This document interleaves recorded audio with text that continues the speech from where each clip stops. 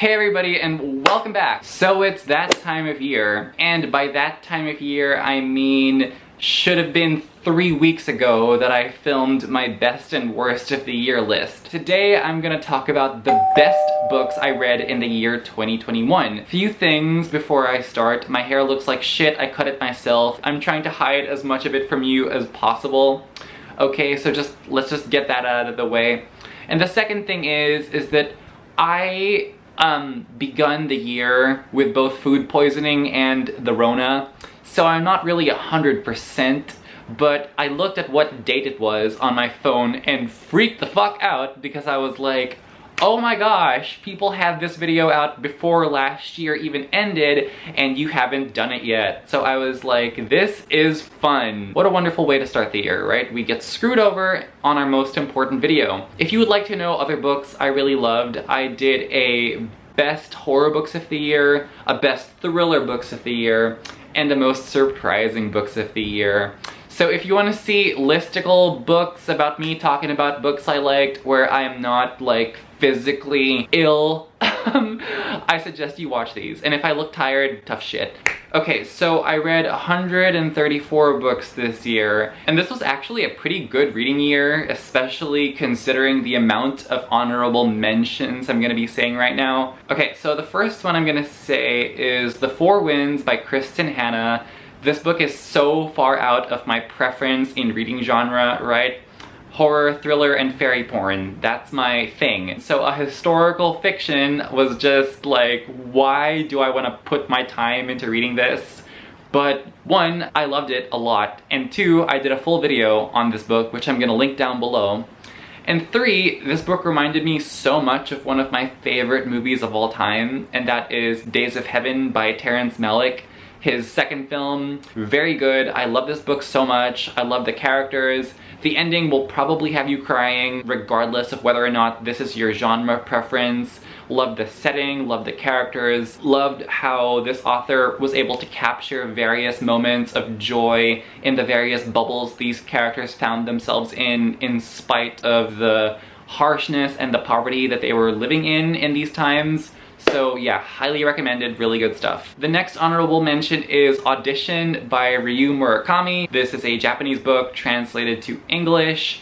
It was actually adapted to film, and the movie is also really good. I love this book so much. It subverts so many conventions of horror and challenges what a horror book even is, or what a horror book should be. It talks about things like loneliness and isolation, and the things we do in order to push back against those things. Yeah, I really dug this one, but be wary. Some people who did read this book didn't rate it as high as I did, so go in with tempered expectations. Okay? The next book I'm going to talk about is a graphic novel series, and that is, of course, Heartstopper. Nick and Charlie are just so close to my heart. I loved spending time with them so much. I love how Alice Oseman writes such poignant stories and such empathetic characters. Everything this author stands for is just so incredible, and I just could not get enough. Really, really, really good stuff. Super wholesome, super cute, super fluffy, great stuff.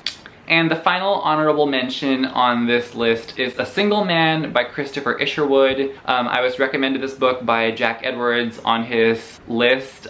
He put out like a gift book buying list kind of thing. And he and I don't read the same books at all, okay? But I am a huge fan of his channel nonetheless.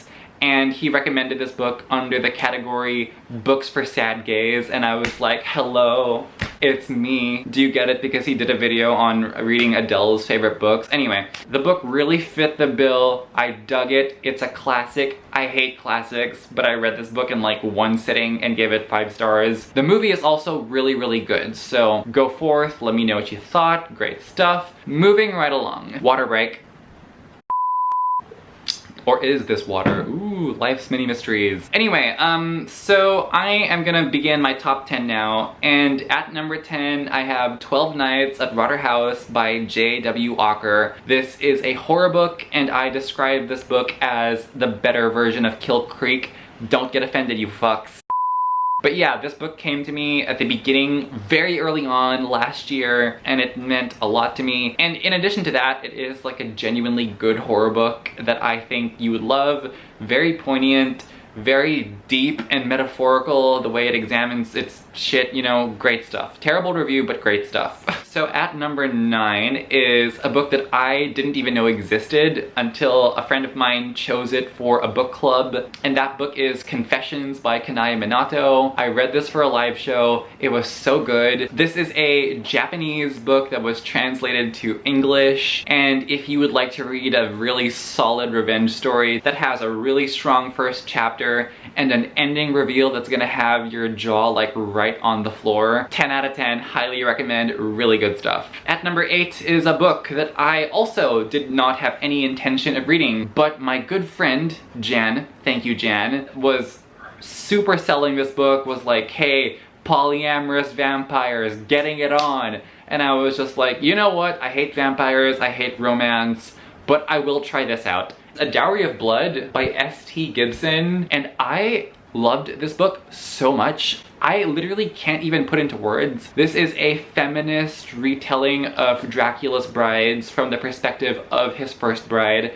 It is a polyamorous vampire relationship that comments on how relationships in general become toxic and how people become toxic and how people just damage one another. You know, how hurt people, essentially. And I just love this book so much. It takes place throughout Europe's entire history. It's really good, and the tumultuousness of the relationship mirrors the history that it takes place in. And yeah, great stuff. Really excellent, highly recommended. Okay, so at number 7 is False Witness by Karin Slaughter. I am a huge fan of Pretty Girls. I think Karin Slaughter is amazing when it comes to thrillers. I was quite apprehensive to pick this specific book up because although I know that I am a fan of the author, I was very intimidated by the length. But trust me, this book has everything you need in a Karin Slaughter book, and it went by super fast. It's got an amazing sister relationship, just like in Pretty Girls. It's got crazy fucked up people, which is, I think, a staple in Karin Slaughter books. I loved it so much. I loved the characters. I love how fast it went in spite of its intimidating length. I loved just being in these pages and spending time with these people and having my expectations upended and subverted, and just the sense of danger and the stakes, the high stakes in Karin Slaughter's books. It's just so good. So then at number 6, I have Every Last Fear by Alex Finley, because this is a thriller that surprised the hell out of me. I'm sure some of you know this about me. Some of you know that I do not like reading books from multiple perspectives because I just like to be in the head of one person and develop a relationship and personal bond with that one character. And this book had like 7 points of view.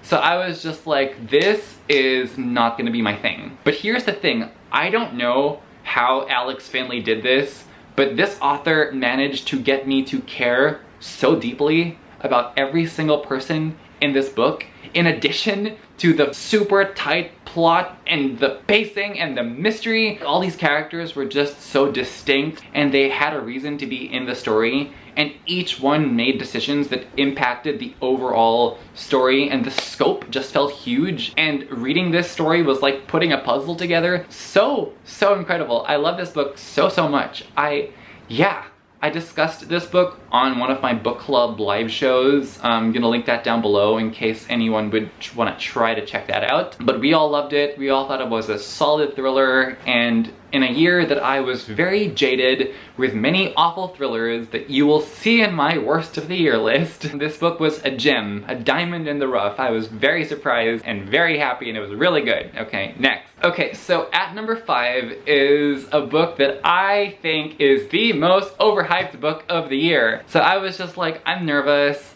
Also, I hated the first book in this series, so I was just like, this can go either way. And I loved this book so fucking much. This book meant so much to me, and you're gonna be shocked. I know that some of you found out about my channel from the Reading Most Disturbing Books vlog series, but yeah, my love for this book is completely genuine and true and unironic. And my love for this character and the way that this author built this character and explored this character throughout all the pages of this book And at number 5 is A Court of Silver Flames by Sarah J Maas. I know that with hype comes haters, but I am not one of them because I love this book with every fiber of my being. Oh my gosh, Nesta Archeron. Like, who would have known? I hated this woman in the earlier ACOTAR books. I was like, this bitch. But then, like, reading from her perspective and just seeing how much of me, like, aligned with her and how much we just saw eye to eye, you know, was just so gratifying and so lovely. And here's, oh my gosh, okay, here's the thing. Here's what I loved the most about this book, okay? So with Sarah J Maas, her books are normally this long, right? And her stories end at around this point, and then the last 100 pages is just like her wrapping up, setting up for the next book. So I was under the impression that the book was gonna end at around this part. And then this happens. If you know, you know. This is the second strongest finale that Sarah J Maas has ever written. Yeah, sorry. Nothing will ever top Queen of Shadows. That is Sarah J Maas's best book ever. She will not top Queen of Shadows. And if she does, oh gosh, oh my gosh, I'm gonna explode. Okay, so this is when we get into my brand, which is fucked up shit. Okay, honey? Alright. So at number 4 is a book that I knew I was gonna love, but I didn't know I was gonna love it this much, okay? And that is Exquisite Corpse by Poppy Z. Brite. This book, bitch, okay, alright. This book was a book that I was like, okay. When I saw the trigger warnings and saw what this book was gonna contain, I instantly knew I had to read it, okay? Like, when a book is that fucked up and gruesome, it's like immediately gonna be at the top of my priority list. What I did not expect was a beautiful, poignant story because this book has 4 main characters. Now, 2 of them are serial killers, so that's where all the good stuff and the gore is. But then there was a character named Luke. Okay, and he is this older man who is jaded with life. He's got AIDS, he is depressed, he has this radio show where he reflects on life and how he is sad and how he hates himself and how he hates the world. And that fucking POV, like those chapters alone, was enough to make this book like one of the best books I've ever read, okay? The fact that this book had other things that I loved was just a bonus. And it's one of the most beautifully written books I have ever read. Like, Poppy Z. Brite can structure a fucking sentence like, I don't even have a comparison. Like, I don't even have a way to compare this person's talent. This person is incredible, and I would love to read more of their works. So if you could do me a solid and recommend me any, that would be incredible. Thank you. That would be fantastic. Okay? Okay. Alright, so at number 3 is The Best Thing I Never Knew I Needed, and that is Killing Stalking by Kugi, and this is a Korean manhwa, so that's pretty much a Korean graphic novel, and this series just rocked my freaking world. It's so fucked up. Like, the other books are just like, you read them, you see the words, and then you imagine things. This one has visual aids, you know? This one has like visuals that you can look at, and there are things I wish I did not see. But that's why I love it so much, okay? I mean, I've talked about this manhwa series at length. It is incredible. I just loved every single thing about it. It is super fucked up, super bleak, super dark. It checks all my boxes, basically. It is a McKay box ticking exercise, and I love it. And it's incredible, okay? Moving on. To this day, I still struggle to figure out what is my number 1 and what is my number 2. So let me just say that it switches with my mood. I don't know, gosh. Okay, you know what? They're tied. So allow me to just state the obvious for y'all. That's how we're gonna end this video. The first book I'm gonna talk about is Survivor by J.F. Gonzalez, because this is the book that has essentially become my brand because I am just in love with it. This is a book that I read for my vlog series, reading most disturbing books ever written. Got episode 1 over here, episode 2 over here, episode 2.5 over here, and episode 3 over here. And Survivor was on episode 1 back when I didn't even know that this was gonna be an ongoing series. And I just fell madly in love with that book ever since then. So if you wanna see me gush and talk about it even more, link down below.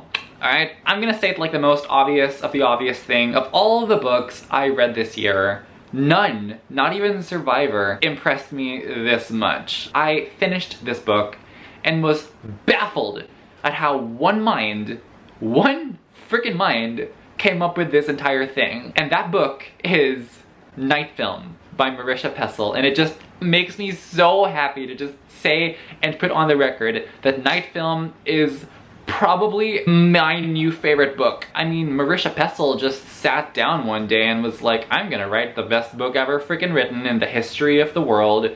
And she did. She did that. Period. I don't even have the words beyond the fact that this book is a fucking masterpiece and the best thing that's ever written and the best thing I've ever freaking read, okay? Those are the best books I read in the worst year. That was my 2021. Look forward to my worst of the year list. If it's already up, I'll link it down below. Let me know what your favorite books were. Like and comment and subscribe. I hope to see you in future videos, and as always, take care. I lose myself